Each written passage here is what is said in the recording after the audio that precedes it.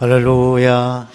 오늘은 9월 넷째 주일이 되겠습니다. 이제 우리 다 같이 일어나셔서 살아계신 여호와 하나님 앞에 찬양으로 영광 올리십시다.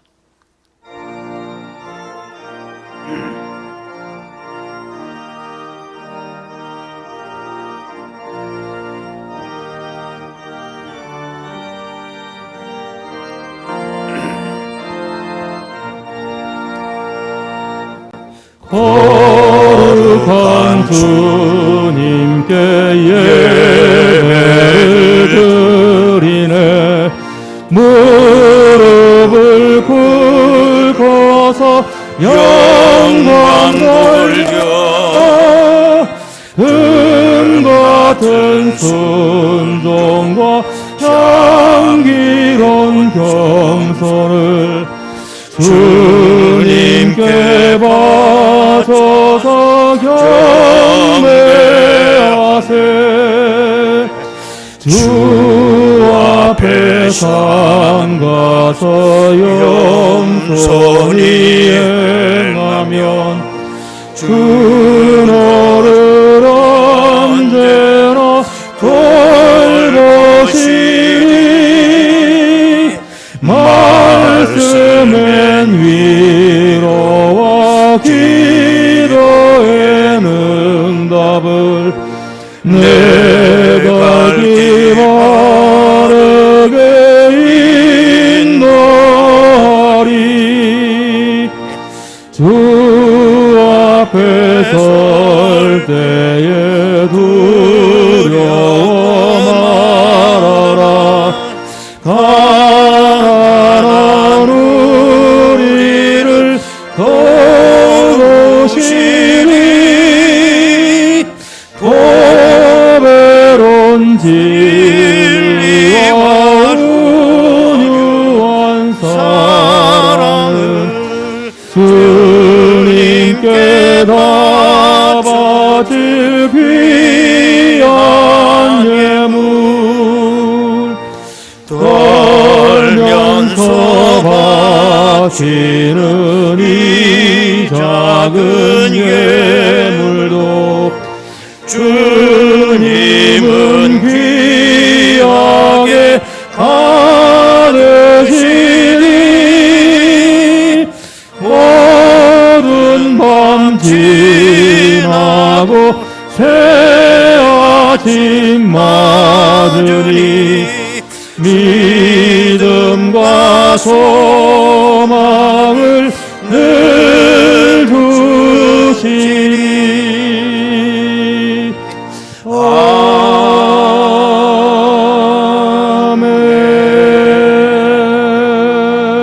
아멘.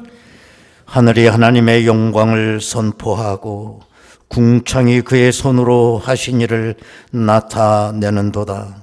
나의 반석이시요 나의 구속자이신 여호와여, 내 입의 말과 마음의 묵상이 주님 앞에 연락되기를 원하나이다. 거룩하고 존귀하신 아버지 하나님, 오늘 거룩한 날을 맞이하여 우리가 시간을 성별하여 주님 앞에 나올 수 있도록 인도하여 주심을 감사드립니다. 이 땅에 오곡백과가 있게 하시어 창조의 은총을 다시 한번 깨달을 수 있도록 하시니 감사합니다.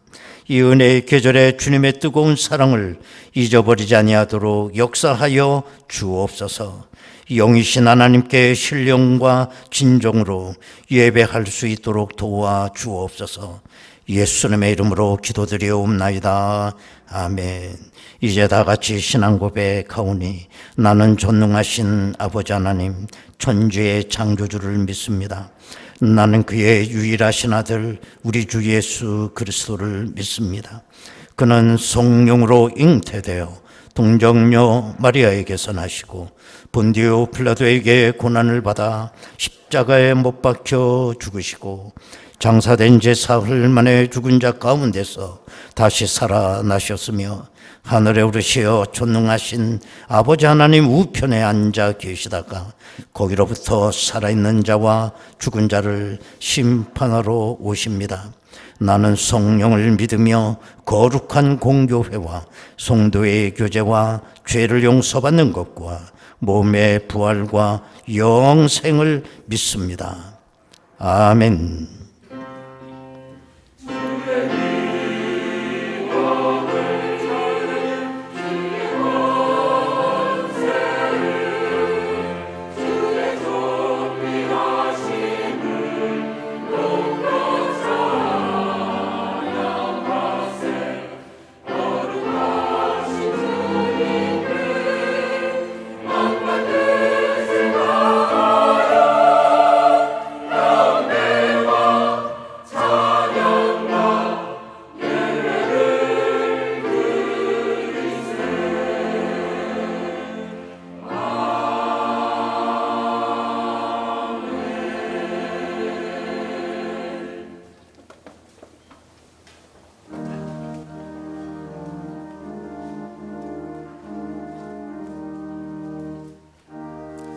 (217장)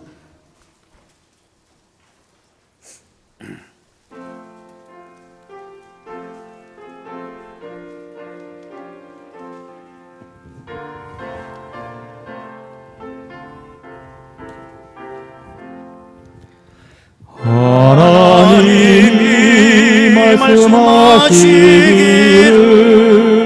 내 마음을 나에게 바치어라.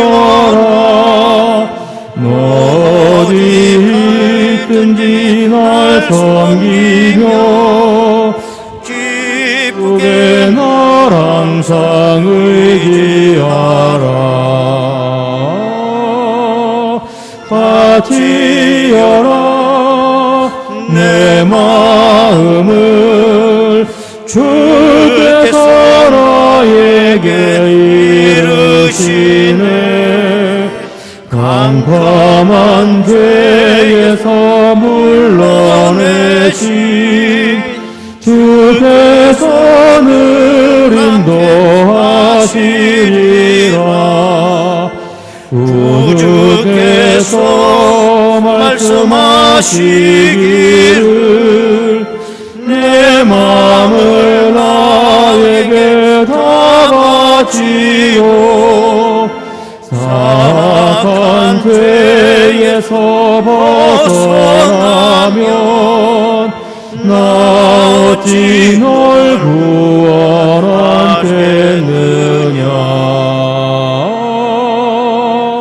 바치어라 내 마음을 주께서 나에게 이르시네. 깜깜한 죄에서 물러내신 주께서 늘 인도하시리라. 성령께서 말씀하시기를 가진 바 모든 것 다 맡기고 내 맘도 기쁘게 바치어라. 풍성한 은혜를 더하리라. 바치어라 내 마음을 주께서 나에게 이르시네. 깜깜한 죄에서 물러내신 주께서 늘 인도하시리라.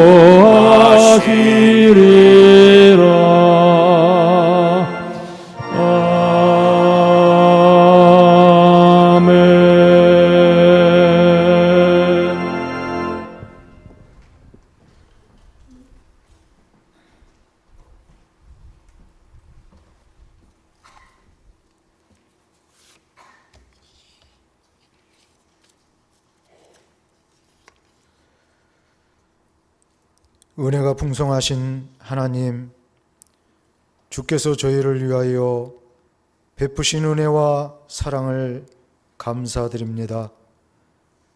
저희들의 발걸음을 주의 전으로 인도하셨사오니 마음과 정성을 모아 예배하게 하옵소서.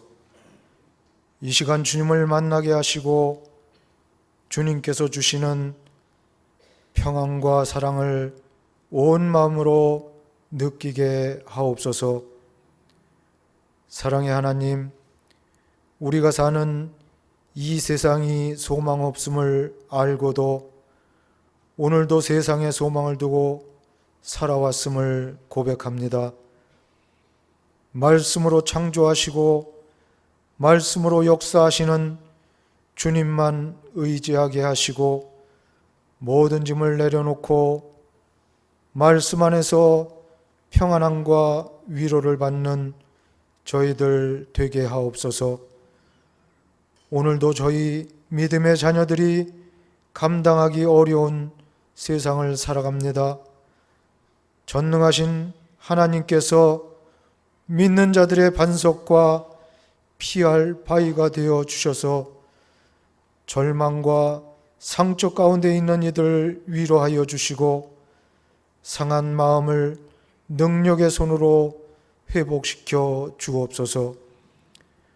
하나님, 이 민족 위에 기도합니다. 이 땅에 은혜를 내려주시옵소서. 하나님의 도우심이 필요합니다. 하나님의 긍휼이 필요합니다. 하나님의 정의와 사랑으로 이 땅을 다스려 주옵소서. 세상의 소문에 흔들리지 않게 하시고 언제나 주의 음성에 귀 기울이는 위정자들 되게 하옵소서. 그리하여 형통케 하시는 하나님으로 인하여 위기 가운데에도 바로 서는 이 나라 이 민족 되게 하옵소서. 저희로 그리스도의 몸된 교회의 지체가 되게 하셨사오니 늘 하나님의 선하시고 온전하신 뜻이 무엇인지 분별하여 저희 뜻이 아니라 주님의 뜻으로 봉사하게 하여 주옵소서. 저희가 주님의 증인이 될 수 있도록 말씀 안에 거하게 하시고 각자 하나님께서 주신 은사와 직분을 잘 감당하여 이 풍성한 결실의 계절에 열매 맺는 신앙 되게 하여 주옵소서. 어려운 가운데도 주님의 복음을 전하시는 선교사님들과 사역하는 교회와 가정에도 주님의 인도하심과 은혜가 있기를 원합니다. 필요한 모든 것이 날마다 채워지게 하시고 어렵고 힘든 가운데도 주님만이 위로가 되어 주시고 힘이 되셔서 귀한 사역 잘 감당하게 하옵소서. 이 시간 말씀을 증거하시는 목사님, 십자가 능력으로 붙드시고 말씀을 듣는 저희 모두는 우리의 삶을 인도하시는 주님의 은혜를 깨닫는 시간 되게 하옵소서. 찬양을 준비한 할렐루야 성가대의 찬양이 온전히 연락되게 하시고 주님의 몸된 교회를 섬기는 손길들 위에 함께 하셔서 주님 앞에 향기가 되게 하옵소서. 우리의 예배를 통해 영광 받으시기를 원하시는 예수 그리스도의 이름으로 기도하옵나이다. 아멘.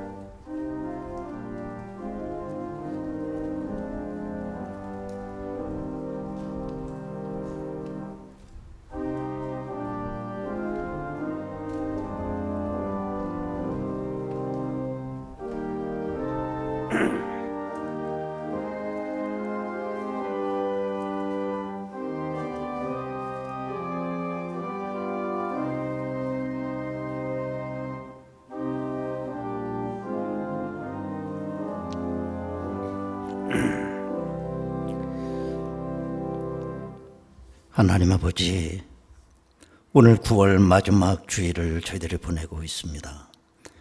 지난 한 달 동안 어려움과 힘듦 속에 저희들이 처했지만 하나님께서 그때마다 저들의 삶의 자리에 은혜로 채워주시고 저들의 발이 실족하지 아니하도록, 낮의 해와 밤의 달이 우리를 상치 아니하도록 눈동자처럼 지켜주셨음을 감사드립니다. 하나님 아버지, 오늘도 저들이 예배 자리를 지킬 수 있도록 우리의 믿음을 지켜주셨습니다. 하나님 아버지, 또한 내가 헌신의 자리에 나와 앉을 수 있도록 또한 은혜를 주셨으니 감사하고, 내가 드리는 이 예물이 하나님의 나라를 위하여 정말 예수님께서 기뻐하시는 곳에 사용될 수 있도록 도와주시며, 날마다 헌신하는 저들의 손길 속에 하나님의 살아계심이 증거되는 귀한 역사가 있게 하여 주옵소서. 예수님의 이름으로 기도드리옵나이다. 아멘. 하나님의 말씀입니다. 신약성경 마가복음 12장 28절에서 31절까지 말씀입니다. 마가복음 12장 28절에서 31절까지 말씀을 봉독합니다. 서기관 중 한 사람이 그들이 변론한 것을 듣고 예수께서 잘 대답하신 줄을 알고 나와 묻되 모든 계명 중에 첫째가 무엇이니까? 예수께서 대답하시되 첫째는 이것이니 이스라엘아 들으라. 주 곧 우리 하나님은 유일한 주시라. 내 마음을 다하고 목숨을 다하고 뜻을 다하고 힘을 다하여 주 너의 하나님을 사랑하라 하신 것이요. 둘째는 이것이니 내 이웃을 내 자신과 같이 사랑하라 하신 것이라. 이보다 더 큰 계명이 없느니라. 아멘.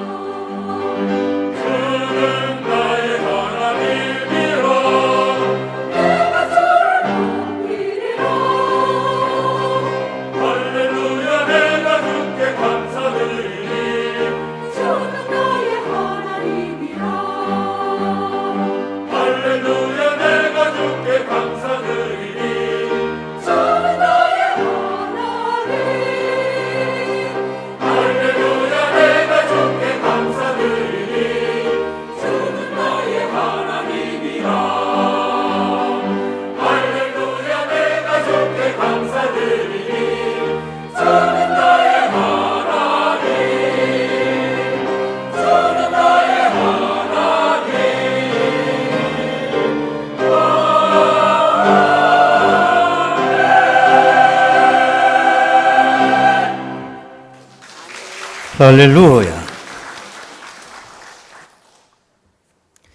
어떤 여자분이 신앙 간증집을 냈습니다. 그 간증집에 이런 내용이 있습니다. 자기는 지금까지 살아오면서 두 가지 큰 순환이 있었다라고 간증하고 있어요. 그 첫 번째 순환은 욥처럼 자기가 건강을 다 잃고 너무너무 힘든 세월을 보냈었는데 기적적으로 성령의 역사로 치유를 받는 이런 기적을 체험했다고 간증을 합니다. 정말 냉탕과 온탕을 왔다 갔다 한 거죠. 또 하나의 순환이 있었다고 한다면 자기 아버지 사랑의 결핍 때문에 너무너무나 스트레스가 많았다는 것입니다. 그분의 아버지는 사회적으로 굉장히 유명한 분이었던 것 같아요. 그게 그렇게 스트레스라더란 겁니다. 자기 아버지의 이름 때문에 얌전한 체를 해야 되고 공부도 잘해야 됐고 또 누구에게나 착실하다는 소리를 들어야 했습니다. 또 어디를 가면 누구의 딸 아니냐 라고 말을 하기 때문에 모든 일에 조심스러웠다는 거예요. 그러니까 유명한 부모 밑에 사는 자식들도 참 힘들어요. 자, 여러분들 하나님께 감사하셔야 됩니다. 유명하지 않은 거 그거 감사하셔야 돼요. 그런데 그것보다 더 큰 스트레스는 그 여인의 아버지는 굉장히 성격이 근엄하고 가부장적이어서 딸을 사랑하는 걸 한 번도 얼굴에 내색한 적이 없다는 거예요. 그 아버지는 늘 마음속으로 딸을 사랑한 겁니다. 그런데 그 사랑이 딸에게로 전달이 안 되는 거예요. 이 딸은 자기 아버지는 좀 따뜻하고 딸 이쁘다고 스킨십도 좀 해주고 그렇게 좀 다정한 아버지였으면 좋겠는데 아버지는 속으로 딸을 사랑하면서 그것으로 충분하다고 생각을 한 겁니다. 그래서 이 여인은 자라나면서 아버지는 나를 사랑하지 않는다라고 생각을 했다는 거예요. 그래서 학교를 다 마치고 나서 결혼할 연령도 되기 전에 조혼을 한 겁니다. 그리고 파란만장한 굴곡진 인생을 본인은 살았다고 간증집에 그런 이야기를 했습니다. 여러분, 사랑은 상대방에게 전달이 돼야 됩니다.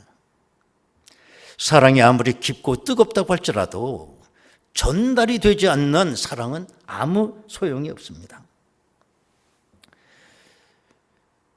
집에서 자녀들이 부모님에게 듣는 제일 듣기 싫은 소리는 잔소리라고 그럽니다. 그런데 또 부모님은 아이러니하게 제일 많이 하는 게 또 잔소리야. 그 잔소리의 전제 조건이 있어요. 이거 너 다 잘 되라고 한 소리야. 이거 너 다 사랑하기 때문에 하는 얘기야. 그런데 문제는 그게 사랑으로 전달이 안 되는 거예요. 부모님의 잔소리 듣고 거듭났다는 말 들어보셨어요? 부모님의 잔소리 듣고 자녀가 성격이 고쳐졌다는 말 들어보셨냐고요? 그럼에도 불구하고 오늘도 번지수가 다른 말들이 오고 가고 있는 거죠. 오늘 본문은 하나님을 사랑하는 방법에 대해서 말씀하고 있습니다. 하나님을 어떻게 사랑해야 되느냐? 어떻게 하는 게 하나님 사랑하는 올바른 방법이냐? 오늘 보면 30절을 보면 내 마음을 다하고 목숨을 다하고 뜻을 다하고 힘을 다하여 주 너의 하나님을 사랑하라 하신 것이요 라고 말씀하고 있어요. 이와 거의 비슷한 말씀이 신명기 6장 5절에도 또 나옵니다. 너는 마음을 다하고 뜻을 다하고 힘을 다하여 내 하나님 여호와를 사랑하라. 여기에 보면 하나님을 사랑하는 법이 4가지 단어로 설명되고 있어요. 마음, 그 다음에 목숨, 뜻, 힘. 그런데 이 4단어를 가만히 한번 생각해 보면 전부 우리의 인격과 관련된 단어들이라는 거예요. 그렇기 때문에 어떤 단어 하나라도 소홀히 여기면 안 되는 것들입니다. 자, 그래서 하나님을 사랑할 때 어떻게 해야 되느냐? 이 인격을 다 동원해서 사랑하라는 거예요. 여러분, 이 4단어를 한번 잘 살펴보면 그 단어 앞에 다라고 하는 부사가 다 붙어 있습니다. 다시 한번 우리가 30절을 보면 내 마음을 다하고 목숨을 다하고 뜻을 다하고 힘을 다하여 주 너의 하나님을 사랑하라 하신 것이요. 이 다라고 하는 이 부사, 헬라 원어 성경에 보면 홀레스라고 하는 단어를 썼습니다. 이걸 굳이 번역하면 전의지적으로 네 혼을 다하여, 우리가 영어로 말하면 우리 잘 사용하는 올인한다는 거예요. 우리가 늘 신앙생활하면서 하나님을 사랑해야 된다, 하나님을 사랑하자, 얼마나 입버릇처럼 얘기하고 있습니까? 그러나 따지고 보면 하나님을 사랑하는 것처럼 막연한 게 없어요. 하나님이 내 눈에 보이는 것도 아니고 감각적으로 하나님을 내가 더듬어 만져볼 수 있는 것도 아니지 않습니까? 그러므로 오늘 본문에서 우리가 느낄 수 있는 건 뭐냐?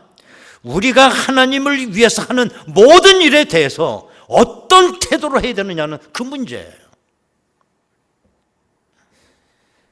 한마디로 말하면 전인격이 실려야 한다는 거예요. 그렇지 못할 때 알맹이는 없어요. 형식만 남아있어요. 껍데기만 남아있어요. 서두에도 내가 말씀드렸듯이 사랑은 전달이 되어야 된다고 그랬습니다. 이 껍데기만 있는 거, 전달되지 않는 그거 하나님이 받지 않으세요. 정말 배우가 연기를 하듯이 아무 의미도 없는 행동을 우리는 해서는 안 됩니다. 솔직해야 됩니다. 어떤 일을 하든지 나의 전 인격이 들어가게 되면 우리는 3가지 유익을 받게 돼요. 첫 번째는 생동적입니다. 살아서 움직이게 돼요. 두 번째는 감동적이에요. 나도 감동이 있지만 나를 바라보는 사람도 감동을 받아요. 세 번째는 생산적이에요. 내 인생이 생산적으로 변한다는 겁니다. 사람은 느낌의 존재입니다. 예리하게 느낄 수 있는 촉을 하나님께서 우리에게 다 주셨어요. 그래서 이게 마음이 들어간 건지 마음이 안 들어간 건지 다 알아요. 우리는 심지어는 개들도 알아. 마음으로 자기를 사랑하는 건지 건성으로 사랑하는 건지 개들도 알더라고. 옛날에 우리 집 애들이 어디 갈 때가 되면 꼭 개를 우리 집에다 맡겨놓고 갔어요. 난 동물이 사람 사는 집에서 사는 건 좋지 않거든요. 여러분들은 좋아하지. 그래서 개판이 돼 있잖아요, 집이. 그래도 개를 맡겨놓고 갔으니 이 개들이 또 개가 또 꼬리를 치고 저한테 와서 또 그래요. 그러면 이쁘다고 내가 이렇게 또 머리도 쓰다듬어 주고 그러죠. 그런데 그게 마음으로 쓰다듬어 주는지 건성으로 쓰다듬어 주는지 그걸 다 알더라고. 어떻게 알았느냐? 제가 밖에 나갔다가 이제 집에 들어오잖아요. 그러면 아파트 그 번호키를 딱 똑똑똑똑 치면 그걸 듣고 막 뛰어서 현관 앞에 딱 서서 쳐다보고 있어. 환영 세리머니 하려고. 이렇게 보고. 근데 문이 쓱 열려서 내가 들어가면 고개를 쓱 돌고 가버려. 아주 개새끼야 진짜. 다 알아. 아주 오래전 동물농장을 TV에서 보니까 아파트에 사는 어느 집이 이사를 가요. 근데 아마 개를 키운 모양. 개를 버리고 가는 거야. 그래서 주인이 이제 막 떠나는데 개가 막 쫓아가다가 이제는 주인하고 헤어지게 되잖아. 잘 못 따라가니까. 바로 그 헤어진 지점에서 이 개가 10년 동안 주인을 기다리고 앉아서 있는 거예요. 그 아파트 경비가 얘기하더라고. 개도 알고 마음이 들어가 있는지 식물조차 알고 있습니다. 하물며 하나님이겠습니까? 예를 들어 어떤 가구를 만드는 사람이 있다고 생각해 보세요. 그럼 이 사람이 의자를 만든다고 할 때 이 의자는 하나님 만드실 의자다 라고 생각하고 의자를 만든다면 어떻게 만들겠어요? 아무렇게나 만들 수 있을까요? 없죠. 내가 이걸 하나님이 앉을 의자라고 만들게 되면 아까 세 가지 유익이 오는 거예요. 막 회사가 살아서 움직여요. 감동적이에요. 그 다음에 회사가 생산성이 있기 때문에. 식당도 마찬가지입니다. 음식을 요리하시는 그 주방장이 이 음식은 우리 주님이 대접받을 음식이다 이렇게 생각하고 음식을 만들면 음식을 어떻게 만들겠습니까? 그런데 그렇게 만드는 음식점이 별로 없어요. 우리는 느낌의 존재라고 그랬잖아요. 이게 돈벌이 하려고 만든 음식인지 금방 할 수 있어요. 그렇게 되면 내가 돈 내고 푸대접 받고 나오는 기분이에요. 우리 주님이 그 푸대접을 받았다고 생각하면 그 기업이 어떻게 했는가 한번 생각해 보십시오. 여러분, 프로와 아마추어의 차이가 뭘까요? 프로는 힘과 뜻과 마음을 한 군데 집중할 수 있는 것이 프로예요. 그 쉬운 거 아닙니다. 아마추어는 뭐냐? 그게 안 돼. 프로축구 선수들은 자기의 마음과 뜻과 힘을 발끝에 모으는 거예요. 그래서 몸은 유연하지만 유연하게 볼을 쳐도 강슛이 나와. 엊그제 지난 금요일 우리나라 국가대표하고 코스타리카 그 대표팀이 축구 경기 했어요. 평가전. 봤습니까? 좀 봐. 그런 거 좀 다른 거 보지 말고. 근데 그 코스타리카도 FIFA 랭킹 34위예요. 남미에 있는 팀인데. 잘하죠, 그러니까. 그런데 그 축구 경기 두 번 전까지 우리가 2대1로 지고 있었어요. 그런데 이제 축구 경기가 다 끝나갈 무렵에 우리가 반칙을 얻었어요. 그래가지고 프리킥을 우리가 차게 된 거예요. 바로 골대 앞에서. 그랬더니 코스타리카 선수가 전체가 전부 다 철벽을 쌌죠. 우리나라 선수도 있고. 누가 쳤느냐? 백남바 7번 손흥민. 손흥민이 딱 가지고 세게 차지도 않았어. 발끝으로 툭 쳤는데 가마찬 거예요. 그 장벽을 전부 뚫고 휙 휘면서 궤도를 그리면서 그 골대 오른쪽 구석으로 거짓말처럼 들어가더라고. 이게 프로예요. 아마추어는 호둥만 대지 아무것도 못해. 프로야구 선수들은 그 마음과 뜻과 힘을 방망이 끝에 모으는 거예요. 툭 치면 홈런이야 그냥. 여러분, 우리 성도님 예수 믿는 거 프로가 되셔야 돼요. 프로급 신앙을 갖고 있어야 돼요. 그 신앙의 특징이 뭐냐? 평상시에 그냥 대충 살아요. 그러나 내가 이게 하나님을 위한 일이라면 마음을 모으고 목숨을 모으고 뜻을 모으고 힘을 모아서 해야 돼요. 하나님 일이라면. 그게 프로페셔널한 거예요. 그런데 교회 신앙생활을 그렇게 오래 해도 아마추어를 믿는 사람들이 있어요. 엉뚱한 데 힘을 주고 정작 하나님에는 아무 힘을 모으지 못해요. 아마추어입니다. 아마추어. 여러분, 나의 전 인격이 들어가는 것 중에 아름답지 않은 거 없고 전 인격이 들어가면 뭘 만들든지 명작이 되고 명품이 되는 것입니다. 하나님이 나에게 원하는 건 명품을 받기 원하세요. 그런데 모양은 명품하고 똑같아. 그런데 명품이 아닌 게 있어요. 그게 짝퉁이에요. 짝퉁. 짝퉁은 돈 때문에 만든 겁니다.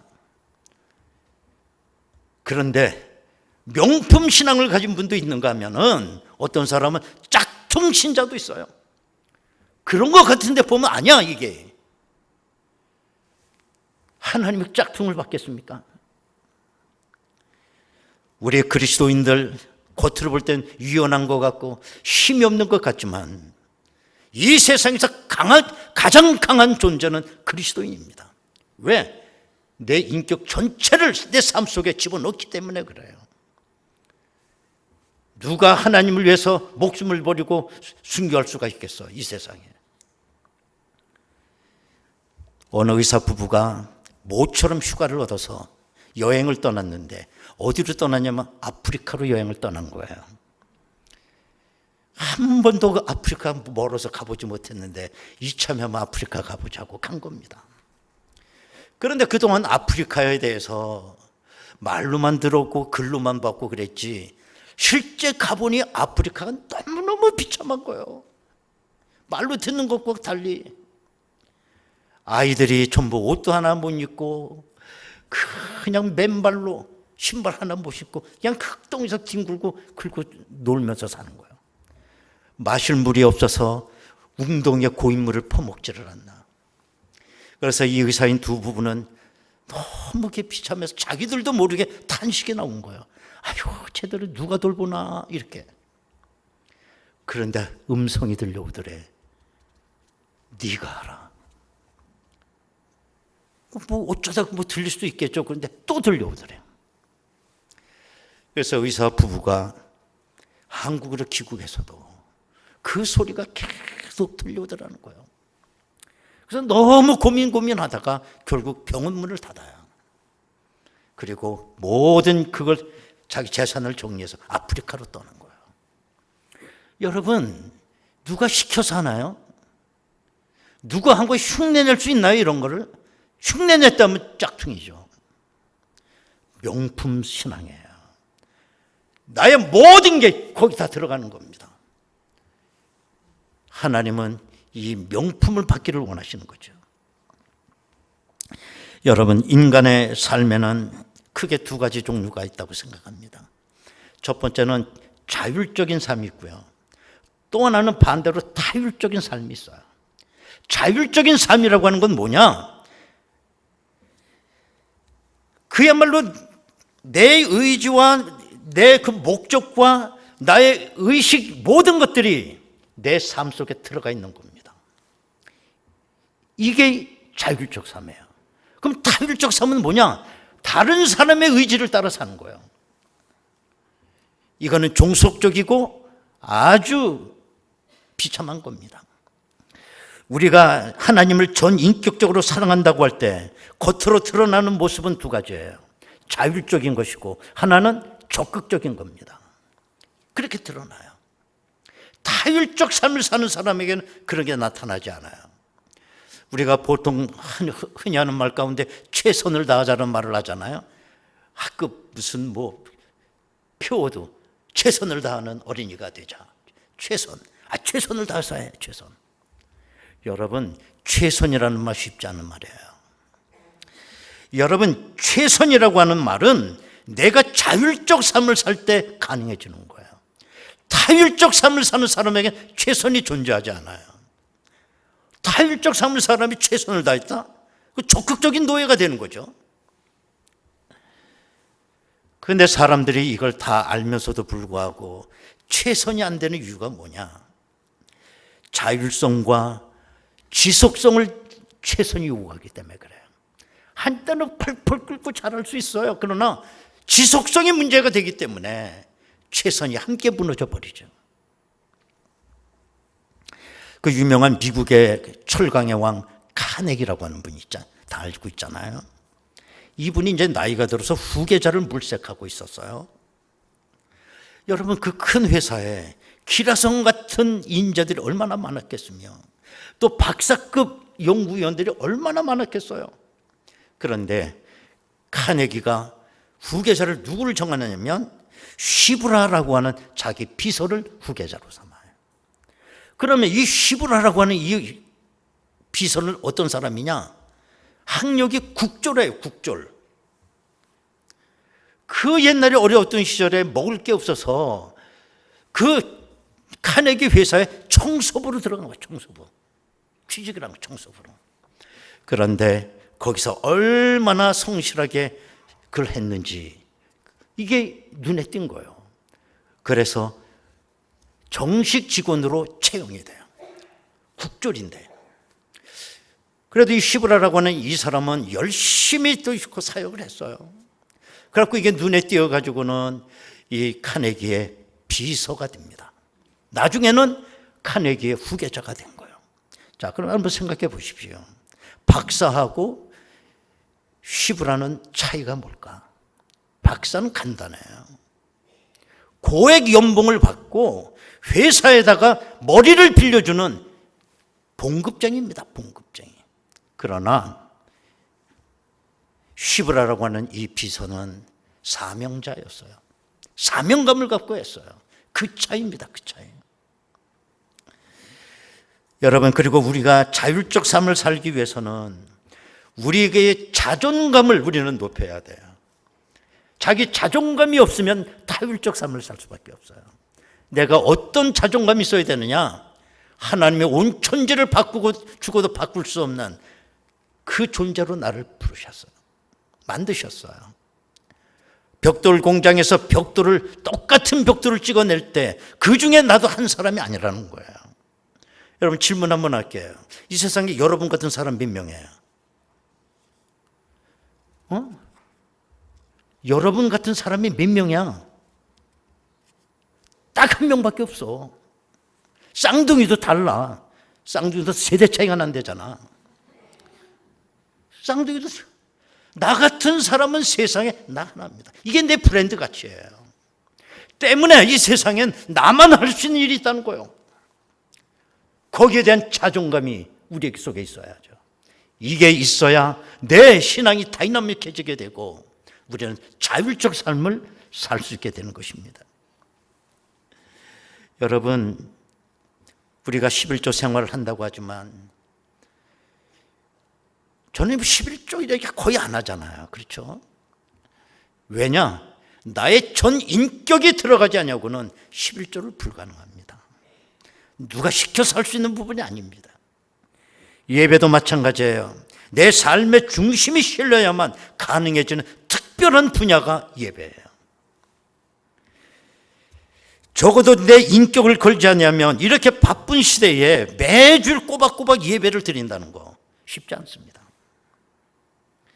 주일 성수를 하기 위해서 한 주간을 철저히 스케줄 관리를 하며 나의 전인격을 거기다 쏟아부어 보야 예배 드릴 수 있는 한 시간을 확보해낼 수 있어요.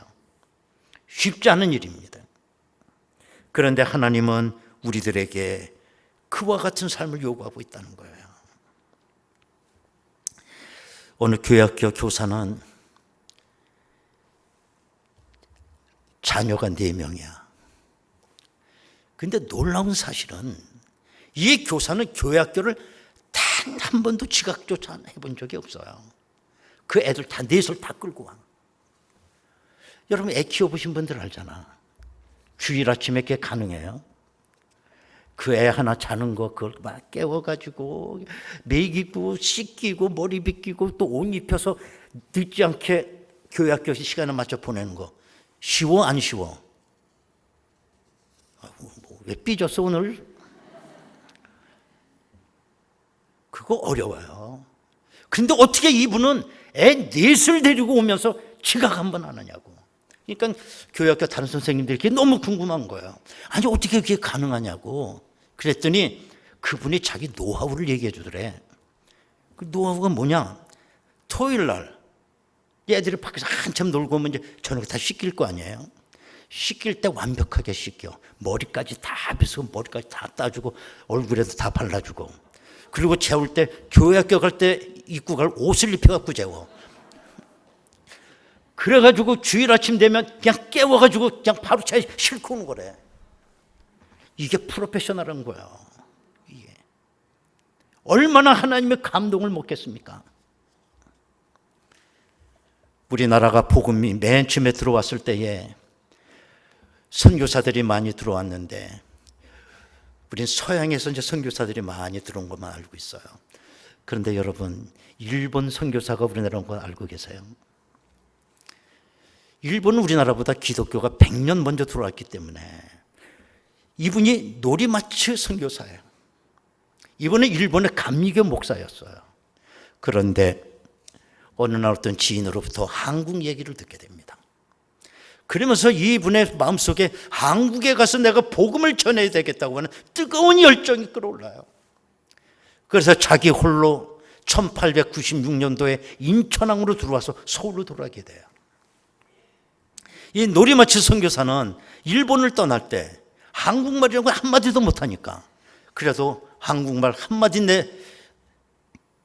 배우고 가야 되겠다 하고 한마디 한국말 배운 게 하나님이었어요. 하나님, 딱 그 한 단어만 갖고 올라온 거예요. 1896년도 인천항에 도착을 해서 거기서 이제 말을 타고 이제 서울로 올라오는데 아는 단어는 하나님밖에 없으니까 그냥 하늘 보고 하나님, 하나님, 하나님 그러면서 왔다는 거예요. 그런데 그 말을 끌고 가는 이 마부가 이 말에 잔뜩 탄 사람은 계속 하나님만 얘기하니 자기도 난생 처음 들어보는 말이야. 이 하나님이 뭐야? 왜 저분은 자꾸 하나님만 적어하나? 그래서 그분도 그 마부도 가면서 뭔 뜻인지도 모르고 그냥 하나님, 하나님. 그리고 이제 간 거예요. 마부도. 그 하나님을 부른 거야. 그래갖고 서울 가다가 성령이 임한 거야. 이 마부에게. 그래서 이 노리마츠 선교사가 제일 2로 선교 전도한 사람이 그 끌고 가는 마부였어요. 이런 놀라운 역사가 이 선교사에 나온 얘기죠.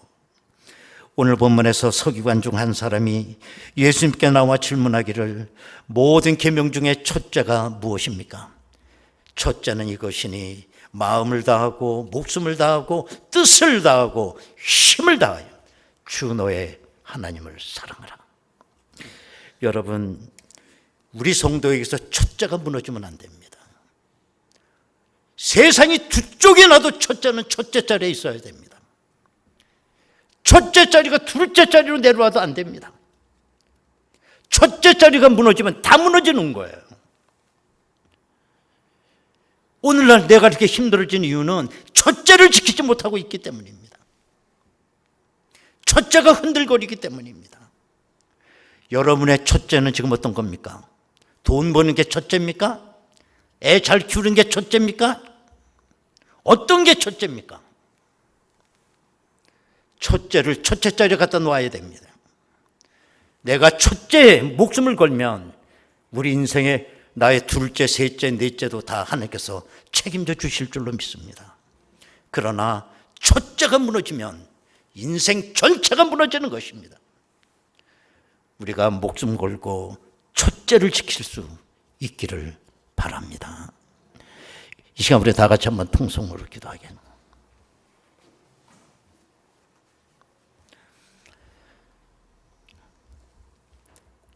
왜 이렇게 성도들이 힘이 없을까요? 첫째를 잃어버렸기 때문입니다. 첫째가 변질이 됐기 때문입니다. 성도들이 첫째를 지키지 못하고 있기 때문입니다. 첫째가 무너지면 다 무너지는 겁니다.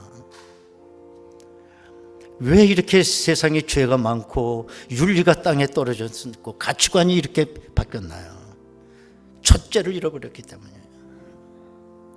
하나님 아버지, 오늘도 내 삶 속에 첫째가 무너지지 않기를 바랍니다. 이 첫째는 나의 목숨과 같은 것입니다. 내가 첫째를 지킬 때 하나님께서 모든 걸 책임져 주실 줄로 믿습니다. 시간 다 같이 통성으로 기도하겠습니다. 은혜로우신 아버지 하나님 감사드립니다. 왜 이렇게 가치관이 혼란이 생겼고 도덕이 왜 이렇게 땅에 떨어졌고 성도들은 왜 이렇게 힘이 없는 겁니까? 첫째를 잃어버렸기 때문입니다. 첫째가 둘째가 되어버렸습니다. 하나님 아버지, 첫째를 회복하게 하여 주옵소서. 첫째가 무너지면 다 무너지는 것입니다.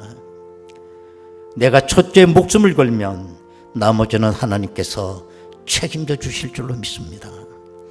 우리 모두가 첫째를 회복하게 하여 주옵소서. 은혜로우신 아버지 하나님, 우리의 첫째는 어디에 있습니까? 아버지 하나님, 첫째가 무너지지 아니하도록 인도하여 주옵소서. 예수님의 이름으로 기도하옵나이다. 아멘. 314장입니다.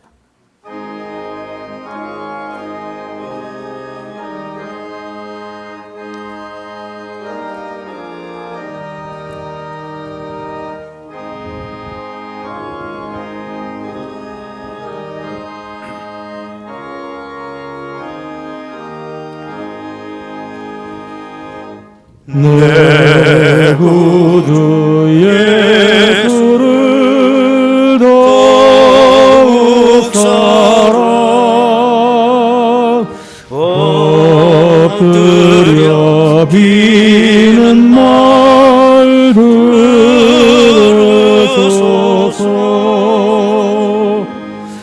내 진정소원이네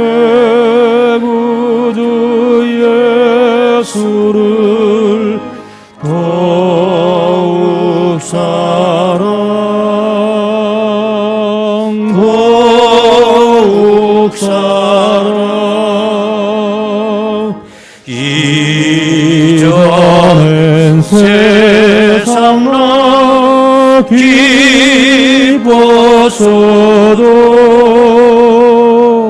지금 내 기쁨은 오직 예수.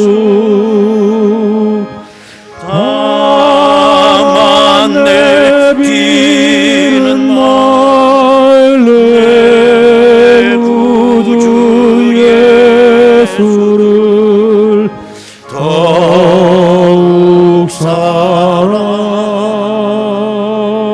더욱 사랑 이 세상 떠날 때 찬양하고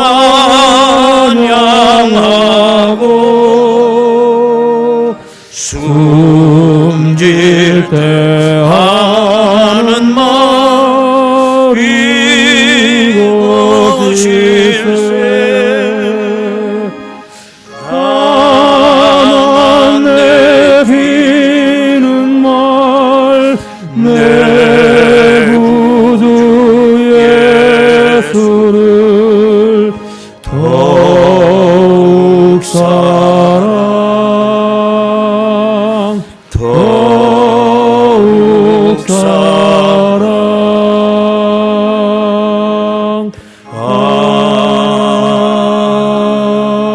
아멘.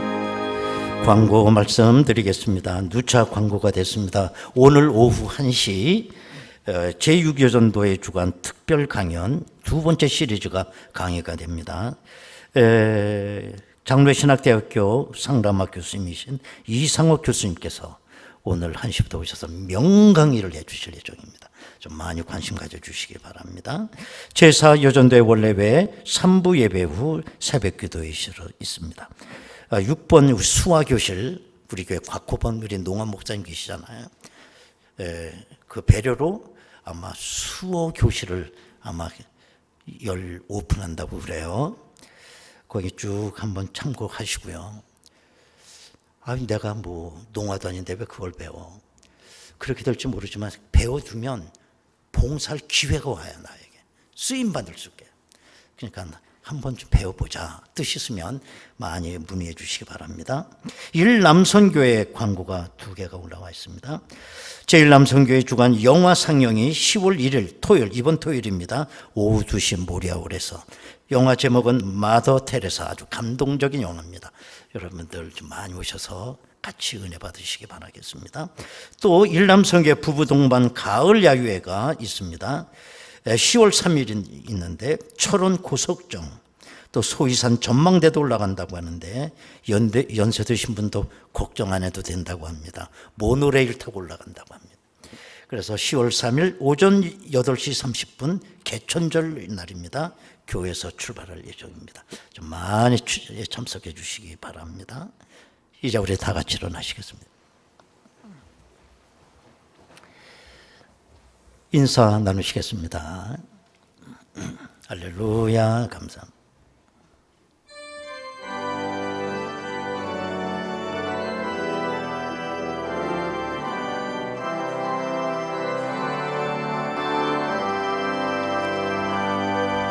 내 눈 주의 영광을 보내 우리 가운데 계신 주님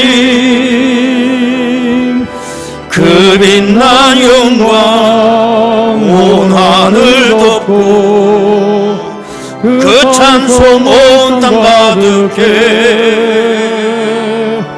내 눈 주의 영광을 보내 찬송 가운데 서신 주님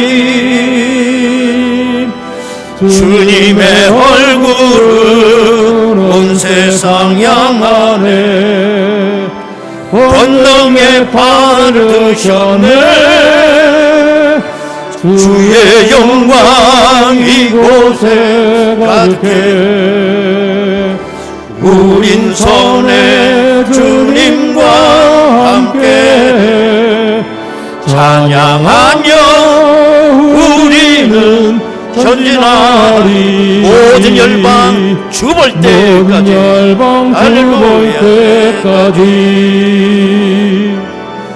내 눈 주의 영광을 보내 찬송 가운데 서신 주님의 얼굴을 온 세상 온 세상 향하네 여러분의 두 손 들고 찬양하겠습니다. 권능의 발을 드셨네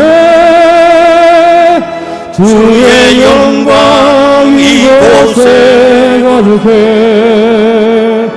우린 선의 주님과 함께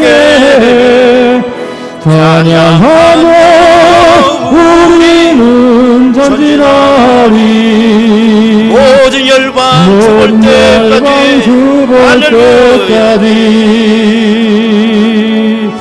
모든 열방 죽을